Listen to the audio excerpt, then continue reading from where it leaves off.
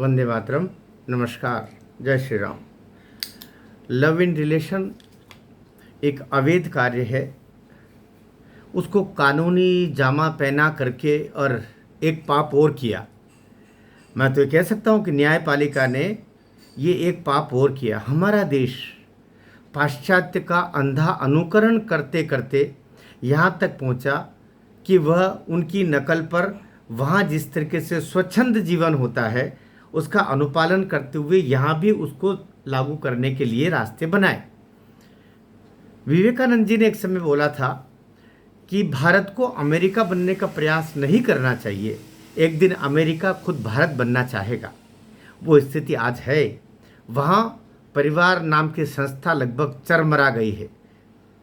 Europe में माता कभी बच्चे को छोड़ जाते तो पिता का पालन करता है, पिता छोड़ जाते हैं बच्चों को तो माँ पालन करती है, दोनों छोड़ जाते तो उनको अनाथालयों में रखा जाता है।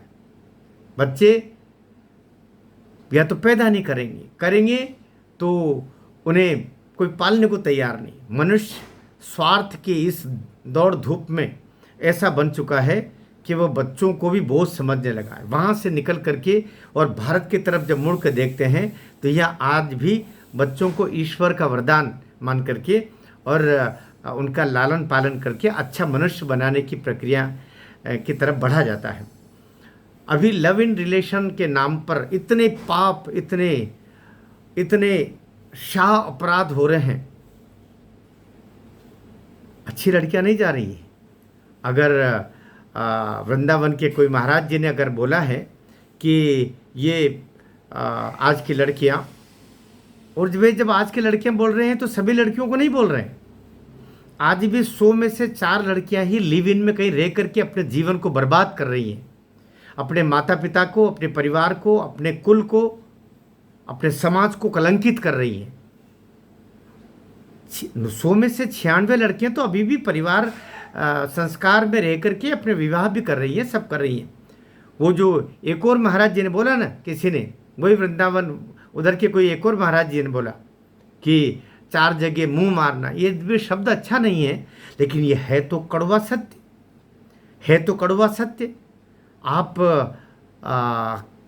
हमारा देश तो ऐसा है कि कहा जाता है कि एक लड़का लड़की अगर 1 घंटे भी किसी, 1 घंटे नहीं 1 मिनट भी किसी कक्ष में अकेले दरवाज़ा बंद करके रह रहे हैं तो लड़की फिर वैसे ही निकलेगी, ज़रूरी नहीं है। वहाँ पर आप दिनों दिन, महीनों महीनों पति पत्नी की तरह साथ साथ रह रहे हैं एक कमरे में, और साबुत निकल के आ रहे हैं हम तो लिव इन में रह रहे हैं। तो जो लिव इन के इन कुसंस्कारों में जो इन हो गया होगा वो कई दफ़े तो आउट हो जाता है। कई दफ़े आउट होने से पहले ही ऐसी लड़कियां मार दी जाती हैं। कभी कभी वो मेरे साथ इन्होंने रेप किया ऐसा आरोप लगा करके और अपने तथाकथित लिव इन पार्टनर को फंसाती है। ये दुराचार है, ये पाप है।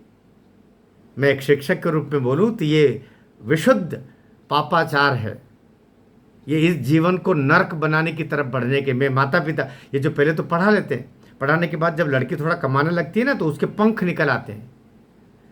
फिर वो माँ को माँ, बाप को बाप नहीं मानती। कहते हैं माता पिता का दोष नहीं है, उस पढ़ाई का दोष है। उस पढ़ाई का भी दोष है जो किताबों में पढ़ी है। वहाँ पर आपको पैसा कमाने की मशीन बनाया जाता है। ये पढ़ाई संस्कार नहीं देती, पैसा कमाने का औजार खुद को बना देती है।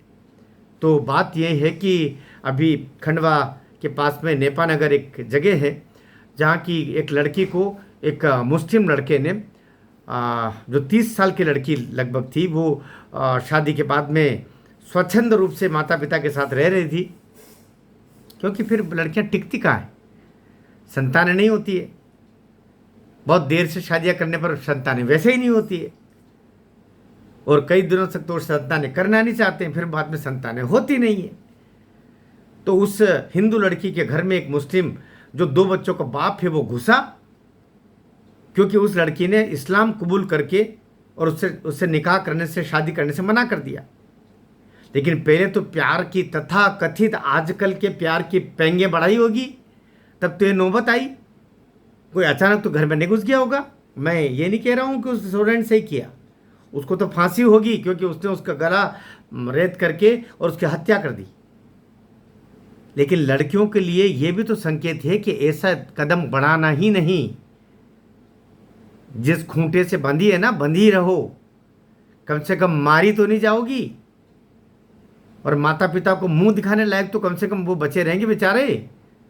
लड़कियों को पैदा करके माता पिता ने कोई गुनाह कर दिया कि तुमने ऐसा पाप करके और उनको मुंह दिखाने लायक नहीं छोड़ा। कई लड़कियां तो माता पिता को ही दोषी बना देती। तो जो हुआ है अत्यंत निंदनीय ही नहीं, वह लड़का नहीं, वो 30-32 साल का हरामखोर है। मेरे क्षमा करना, लेकिन इससे भी ज़्यादा बुरे शब्द मेरे मुंह में आ रहे थे। उसको तो फांसी होगी, होना ही चाहिए। लेकिन वो लड़की भी क्या कम दोषी थी जिसने आखिर उसको उसके साथ ऐसे संबंध वहाँ तक बढ़ाया कि वो शादी का प्रस्ताव ले लिया उसने। और फिर जब उसने धर्मांतरण करने से मना किया तो उसका घुस करके उसने रात के उसको हत्या कर दी। जो कुछ हुआ बुरा हुआ है, लेकिन लड़कियां सुधर जाओ, सुधर जाओ। इससे ज़्यादा शब्द नहीं मेरे पास में। उसको फांसी होगी, 10-10 बार फांसी होनी चाहिए उस एक सज़ा के लिए भी उसको।